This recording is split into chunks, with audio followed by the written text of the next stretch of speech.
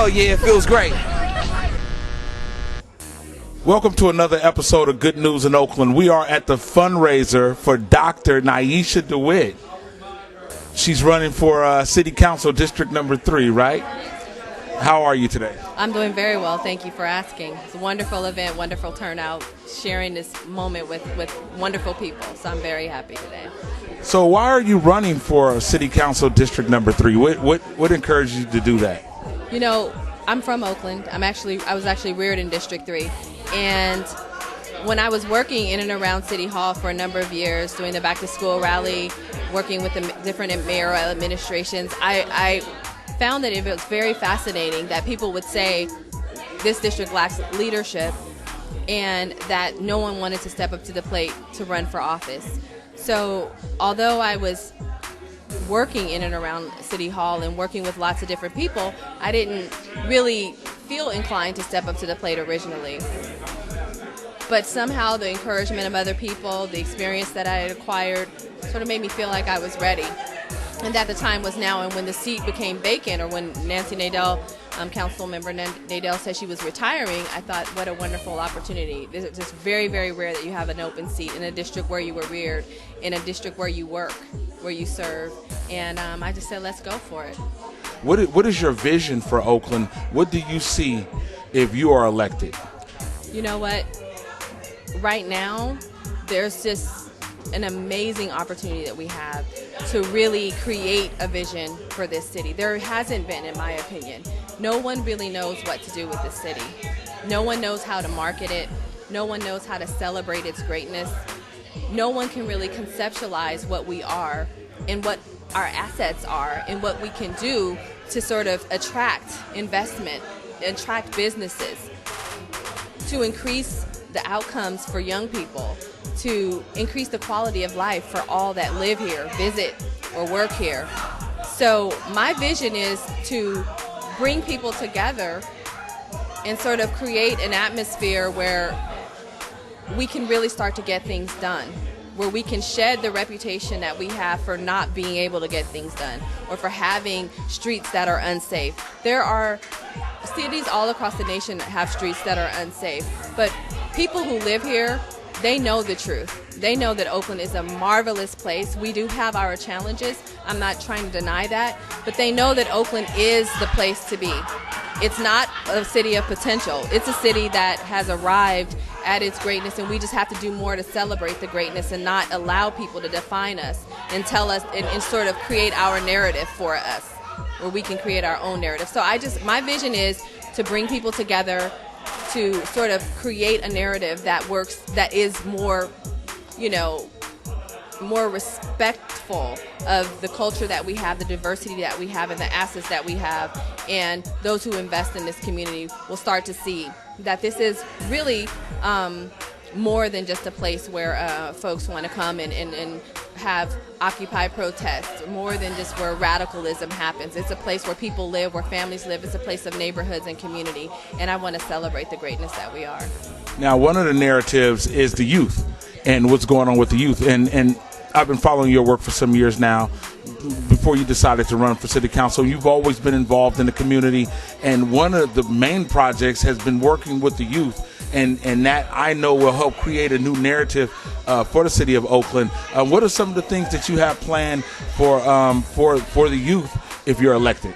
Well, I want to make sure that we invest in our young people, that we realize that they are our future, and if we don't invest in them now, if we don't take the time to develop them, to make sure that they're prepared for the jobs of tomorrow. We're talking about job creation. We're talking about bringing new industry to this city. Well, they don't want to come to this city if they don't believe that there's a workforce that's prepared for the jobs that we're trying to attract. So I want to make sure our young people graduate from high school, that they are experiencing or have some experiential learning around the different pathways and career pathways, and that the businesses sort of invest or sort of pay, sort of give back to the community so that our young people can have those opportunities to see themselves in roles that they may not have been exposed to otherwise. So workforce investment is important, making sure that they are prepared for college, working across lines with the school district, with the school board to support them, because they can't do it all by themselves. And I've learned working from City Hall that municipal relationship with the school district is critical to capturing our young people and making sure that they don't fall through the cracks. Nyeisha, we have one of the biggest ports in the world. Oakland is the sister country to many countries across the globe. We import and export goods everywhere, and especially up here in Northern California. What is your vision for the Port of Oakland? I've been told as I'm out there on a campaign trail that the thing that's been most challenging is the relationship between the port and the city. And I'm hoping to, because I'm sort of known as a consensus builder. I'm known as having the ability to cross divides. And I want to do more of that. I want to understand their needs. I want to understand the things, their goals. I want to understand their strategy for the future. And I want us to be aligned. I know that as a council person, it's just one seat. You can't change it all. It's just one legislative seat. But if with the change that's happening with the council, there's so many new seats available, there's so many vacant seats, and there's so many new council folks to be elected, that the opportunity that we have to really make change and work with different agencies and work with the school district and do the things that we really should have been able to do a long time ago is upon us. So I'm very hopeful that having that ability that I have to work across sector, and being that the port is in this district, it's upon me to build relationships and really understand the nuances of the port and understand how I can be a support, and work with them and challenge them to do as much as they can to have a positive impact on our environment and to create jobs and to just create a sustainable port that grows and can continue to be the port of this region that is really supporting Oakland in the growth of our local economy. So I'm very hopeful, honestly. I'm very hopeful, and I think that this amazing opportunity to lead in a district where I was reared is just sometimes just blows me away. But the time is now, and it's upon us to really make a difference and to create change. And I'm really looking forward to doing that. Now, Oakland has always been a place, the home of the Raiders, the Oakland A's, the Warriors.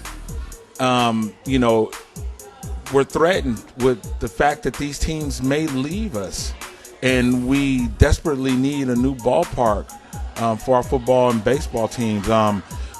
We've talked about downtown Oakland as possibly being an area that this might happen. What are you going to do to make sure that our sports teams stay inside our city? Well, sports teams invoke a certain amount of pride in all of us. When they leave, it sort of depresses the city. People don't really pay attention to it, but if it's happened in other parts of the country where the sports teams have left, and it totally depresses the economy, the morale, the self-esteem, the collective esteem of the city diminishes.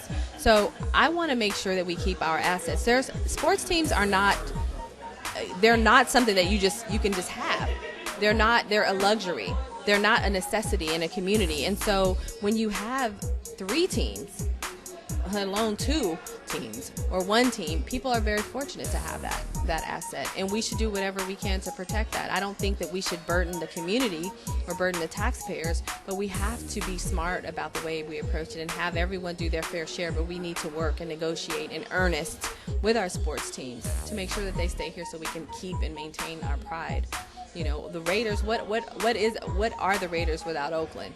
You know what I mean? The Warriors, they're not even Oakland Warriors, they're Golden State Warriors, but they were our team for many, many, many years. But the way that it sort of transpired, I think it could have been done in a different way, in a more productive way, so that it didn't have to create such tension, but it is what it is. Hopefully, if they can stay, that would be great. But our A's, they're improving. We've hung in there with them through the tough years, and we hope that they'll hang in with us.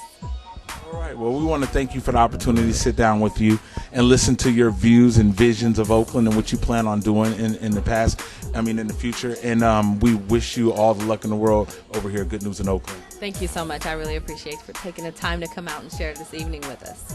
Good News in Oakland! Oh, yeah, it feels great.